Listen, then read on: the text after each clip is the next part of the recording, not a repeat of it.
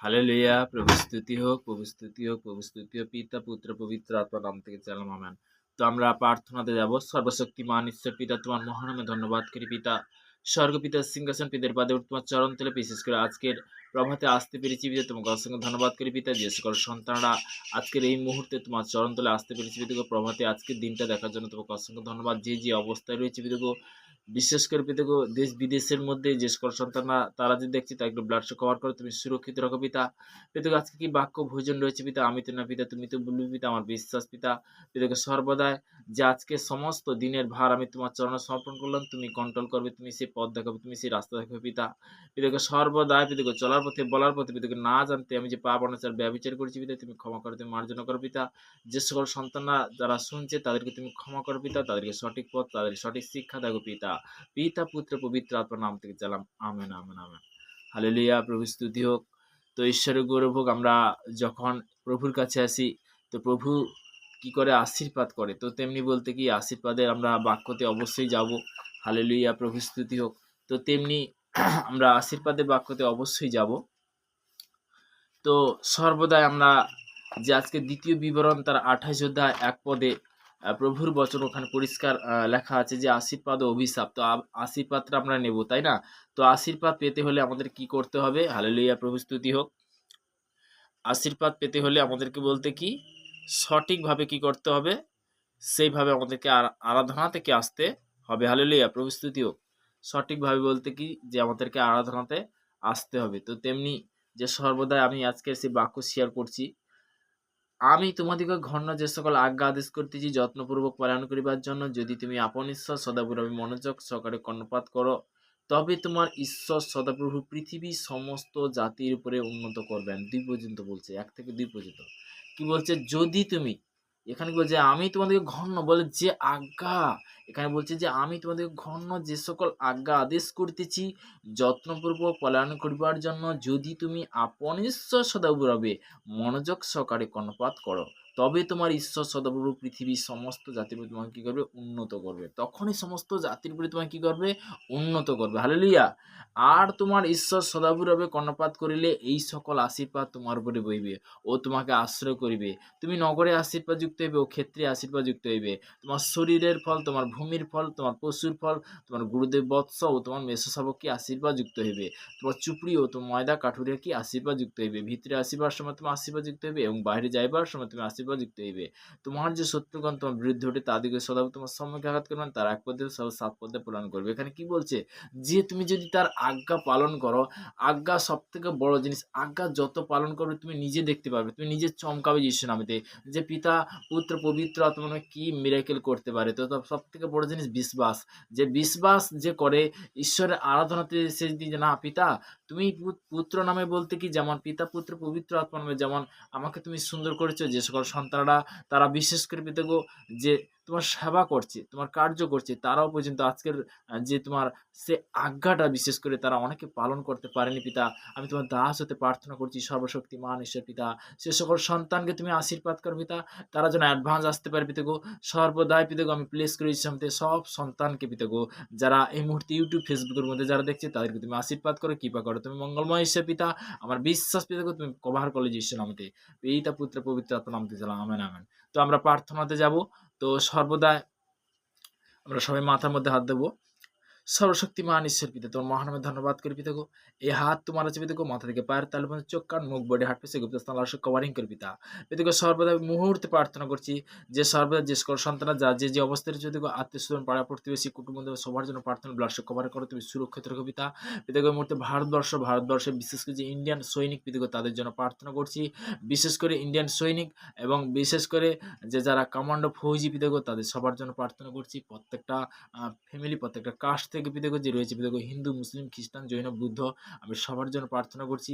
তারা যে বিশেষ করে যে ডিউটি করছে এই মুহূর্তে, যে অন ডিউটি, বিশেষ করে ডে নাইট পিতা গো, তারা বর্ডারের মধ্যে যে রয়েছে পিতা গো তাদেরকে ব্লাড কভার করে তুমি সুরক্ষিত রাখো, তাদেরকে দীর্ঘ পরমাদি তুমি আশীর্বাদ করো। বিশেষ করে তাদের মা বাবা, বিশেষ করে তারা যে দেশের জন্য যে সমর্পণ করছে সমস্ত সন্তানকে, তাদের জন্য প্রার্থনা করছি, তাদেরকে দীর্ঘ আয়ু দিয়ে তুমি আশীর্বাদ করে কৃপা করো পিতা। মন্ত্রী মহল থেকে, প্রশাসন থেকে সবার জন্য প্রার্থনা, লাশি কভারিং করে তুমি সুরক্ষিত রাখো পিতা। পিতা, পুত্র, পবিত্র আত্মার নাম থেকে চালাম আমেন, আমেন। হালেলুয়া! প্রভু স্তুতি হোক। তো সর্বদাই আমরা আজকের আশীর্বাদের বাক্যতে আমরা বলতে কি যদি তার আজ্ঞা পালন করি পিতা আমাদের কি করবে? আশীর্বাদে পরিণত করবে, তাই না? প্রভাতে ঈশ্বর কি বাক্য শুনে, প্রভাতে বলতে কি প্রার্থনা শুনে, যে ভোরের প্রার্থনা খুবই জরুরি। তো তেমনি বলতে কি যে আজকের আমি ভোরে বিশেষ করে যে পিতার চরণতলায় যখন আসি পিতা একটা আওয়াজ আসছে যে আজকের আশীর্বাদের বাক্য প্রয়োজন আছে। তো অবশ্যই আশীর্বাদের বাক্য আমরা আজকে জানতে পারছি দুগ না দুগ আমার কর্তব্য কি পিতার চরণতলে আসা। তো তেমনি বলতে কি পিতার চরণতলে যখন আসবে পিতা কি করবে? আশীর্বাদে পরিণত করবে। তো খুবই সুন্দর প্রভু স্তুতি হোক। আজকের প্রচুর বাক্য রয়েছে। তো একটা জিনিস যে আমরা গীত সংগীতা সবাই তো জানি না। তো গীত সংগীতাতে সবাই তো জানি না। গীত সংহিতা ১১৫ অধ্যায় তার ১৫ অধ্যায় আমরা যাব। এক পদে কি বলছে? হে সদাবু আমাদিগকে নয় কিন্তু তোমার নাম গৌরবিত করো। হালেলুইয়া। তোমার দয়া অনুসারে আমার প্রতি তোমার দয়া অনুসারে তোমার সত্যের অনুরোধে হালেলুইয়া। যে স্থানে বলছে যে সর্বজয় তুমি আমার প্রতি কি দয়া করো, করুণা করো। তো তেমনি পিতা পরমেশ্বর পারে না এমন জিনিস আছে? তো পিতার কাছে দিয়েছি, পিতা আমাদের কি করে? করুণা করে, দয়া করে। হালেলুইয়া। প্রভু স্তুতি হোক। তো তেমনি বলতে কি যে ১১৩ অধ্যায় ১ পদ কি বলছে প্রভুর বচন? তোমরা সদাবুর, এগুলো অবশ্যই ডায়েরির মধ্যে লিখে নিতে পারো। তোমরা সদাবুর প্রশংসা করো। হে সদাবুর দাসগণ প্রশংসা করো। সদাবুর নামে প্রশংসা করো। তিনি কি প্রশংসা পাওয়ার যোগ্য? তিনি কি আশীর্বাদ পাওয়ার যোগ্য, মানে সর্বদা প্রশংসা পাওয়ার যোগ্য, এবং তিনি কি আশীর্বাদের ঈশ্বর, তিনি সর্বশক্তিমান ঈশ্বর। তো আমরা প্রভাতে বলতে কি পিতা পরমেশ্বরকে ধন্যবাদ করে প্রশংসা সহকারে পিতার কাছে আসি না? তো তেমনি বলতে কি আজকের বিশেষ করে যে সর্বদাই যে পিতার বাক্য দ্বারা ৯১ অধ্যায় তার ১ থেকে ২ পদ পর্যন্ত আমি যাব। যে ব্যক্তি পরাত্পলে অন্তরালে থাকে সে সর্বশক্তিমানের ছায়াতে বসিত করে। আমি সদাপ্রভু বিষয় বলিব, তিনি আমার আশ্রয়, আমার দুর্গ। আমি আর আমার ঈশ্বর, আমি তাহাতে নির্ভর করি। হালেলুইয়া। যে আমার ঈশ্বর, আমি তাহা থেকে নির্ভর করি। একটা জিনিস কি, আমি পিতা পরমেশ্বরের প্রতি নির্ভর করি, পিতা পরমেশ্বরের প্রতি বিশ্বাস রাখি, পিতা আমাকে কি আশীর্বাদে পরিণত করবে না করবে নি? হালেলুইয়া। অবশ্যই করবে। যে সবথেকে বড় জিনিস বিশ্বাস। হালেলুইয়া। প্রভু স্তুতি হোক। তো আমরা অনেক সময় অনেক জিনিস যখন আমি লঙ্ঘন করি তখন বলতে কি পিতা আমাদেরকে জাগিয়ে দেয়। সত্যি কথা বলতে কি পিতাকে মানে অ্যাকচুয়ালি ভয় লাগে। তো তেমনি বলতে কি যে হ্যাঁ পিতা, আমার কথায় একটা ভুল হচ্ছে। তো সেই ভুলটা তুমি সংশোধন করো। তখন বলতে কি, তখন কি করে সংশোধন করে। তো আমরা এইভাবে প্রার্থনা করি পিতা, পুত্র, পবিত্র আত্মার নামে। সর্বদা যারা বিশ্বাস করে পিতাগো, যে নতুন জন, হে ঈশ্বর তুমি তাদের প্রার্থনা শোনো প্রভু। প্রভু তুমি কিছু একটা করো পিতা। তুমি সেই পথ দেখাও পিতা। তুমি সেই রাস্তা দেখাও পিতা। কারণ তোমার কাছে পরিত্রাণ আছে। তোমার কাছে সর্বদা উদ্ধার আছে। তুমি তো উদ্ধারকর্তা মালিক প্রভু গো। তোমার একমাত্র পুত্র মহান যিশুর নাসরির নাম থেকে চাইলাম। আমেন। তো অবশ্যই যে আমরা যখন প্রার্থনাতে আসি, পিতা আমাদের কি করে? আশীর্বাদে পরিণত করে। হালেলুয়া। ৯১ অধ্যায় তার ১৩ পদে প্রভুর বচন কি বলছে? তুমি সিংহ ও সর্পের উপরে পা দিবে, ও তুমি যুব সিংহ ও নাগকে পদতলে দলিবে যীশু নামেতে। তো তেমনি বলতে কি যে শয়তান, যে দিয়াবল বলতে কি তাকে কেউ পায়ের নিচে থাকবে, শয়তান শয়তানের পায়ের নিচে থাকবে। তো তেমনি বলতে কি আমি জগতের সর্পের বিষয়ে বলছি না। তো তেমনি বলছি জগতের সিংহের কথা বলছি না। তো তেমনি বলতে কি একটা জিনিস যে ড্রিংকস এর মধ্যে স্বপ্নের মধ্যে ব্লাক জাদু করে, সেই ব্লাক জাদু বলতে এটা একটা ব্লাক জাদু। যে অনেক ব্যক্তি বলে যে ড্রিংকস স্বপ্ন দেখেছি বলতে ওইটাই মনে হচ্ছে মানে ভগবানকে দর্শন পেয়ে গেছে। এটা ভুল ডিসিশন। এটা একটা ব্লাক জাদু। হালেলুয়া। এটা কি করতে হবে? যে অঙ্গীকার করতে হবে যে সর্প বিচ্ছুকে পদতলে দলিত করলাম। তো লোকলিখিত সুসমাচার ১০ অধ্যায় ১৯ পদে পড়লে তুই বুঝতে পারবে। দেখো আমি তোমাদেরকে সর্প ও বিচ্ছু পদতলে দলিত করবার ক্ষমতা দিচ্ছি। শয়তান তুই পা নিচে থাকবে ঈশ্বর নামেতে। তোর কোনো অধিকার নেই। তুমি যখন এইভাবে অঙ্গীকার করবে পিতা, পুত্র, পবিত্র আত্মা, তখন বলতে কি ও আর আসতে পারবে? ও আর আসতে পারবে না। হালেলুইয়া। প্রভু স্তুতি হোক। তো তেমনি বলতে কি গীত সংগীতাতে দাউদ কবার প্রার্থনা করতো ৭ বার। কি করে? নাচতে নাচতে প্রার্থনা করতো। দানিয়েল করতো কবার? ৩ বার। আমরা সবাই তো জানি না। তো তেমনি বলতে কি যে সর্বদাই আমরা অনেক জিনিস কিন্তু জানি না। তো রাজা সলমনের বিষয়ে কতজন জানে?